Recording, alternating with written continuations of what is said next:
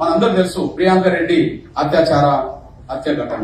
కులంతో మతం సంబంధం లేకుండా ఏ బిడ్డ ప్రాణమైన ప్రాణమే కాబట్టి అందరం దాన్ని ఖండించాల్సిందే తప్పదు. ఏ బిడ్డ అట్లా జరగదు, ఏ బిడ్డకు జరగదు. ఈ విషయంలో నాకు కాలు ఇరిగి ఉంది. ఆ కాలు ఇరిగి ఉన్న సమయంలో మీరు చూడండి, నేను ప్రియాంక రెడ్డి కుటుంబ సభ్యుల్ని పరామర్శించాను. ఏ బిడ్డ ప్రాణమైన ప్రాణమే, మన బిడ్డైనా ఏ బిడ్డైనా ఒకటే. కానీ ఆ సమయంలో 3 రోజుల్లో 3 సంఘటనలు జరిగింది. అంతకుముందు నెల ముందు ఇంకొక సంఘటన జరిగింది, పెద్ద సంఘటన. ఇక్కడ ప్రియాంక రెడ్డి హత్య ఘటన జరగక ముందు వరంగల్లో మానస యాదవ్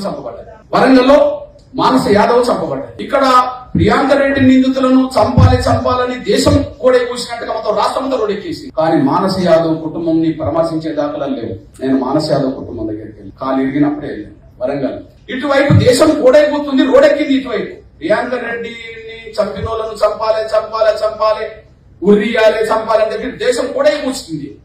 కానీ మానస యాదవ్ దగ్గరికి వెళ్ళిన వాళ్ళు లేరు, ఖండించిన వాళ్ళు లేరు. అక్కడ ఇక్కడ అనగాన వర్గాల బిడ్డలు అత్యాచారం చంపబడ్డారు, అక్కడ ఏం జరగలేదు. కానీ ప్రియాంక రెడ్డి నిందితులను మాత్రం 3 బీసీ పిల్లల్ని 1 ముస్లిం పిల్లల్ని కాల్చిపారేసేసారు. కులానికో న్యాయమా అని చెప్పి ఎదురు తిరిగింది ఎంఆర్పీఎస్. వేలాది మందితో మీటింగ్ పెట్టింది, నిరసన వ్యక్తం చేసింది ఎంఆర్పీఎస్. కులానికో న్యాయమా, అగ్ర కులాలకు ఒక న్యాయం, అనగాన కులాలకు ఒక న్యాయం అని చెప్పి మీటింగ్ పెట్టింది, ఉద్యమాలు చేసింది, పోరాటం చేసింది. అంతిమంగా అందులో నుంచి ఒక డిమాండ్ వచ్చింది, మేము ఒక నిందితుని ఎన్కౌంటర్ చేయమనం గాని ఫాస్ట్ ట్రాక్ కోర్టు పెట్టి త్వరగా శిక్షలు పడేలాగా చేయండి అని చెప్పి ఎంఆర్పీఎస్ అన్ని అత్యాచార కేసుల్లో ఫాస్ట్ ట్రాక్ కోర్టులు వేయాలని చెప్పి ఎంఆర్పీఎస్ డిమాండ్ చేసుకుంటూ ఉద్యమం నడుపుకుంటూ వచ్చింది. అంతిమంగా తెలంగాణలో 36 ఫాస్ట్ ట్రాక్ కోర్టులు వచ్చినాయని కూడా మీరు మర్చిపోతాను సార్.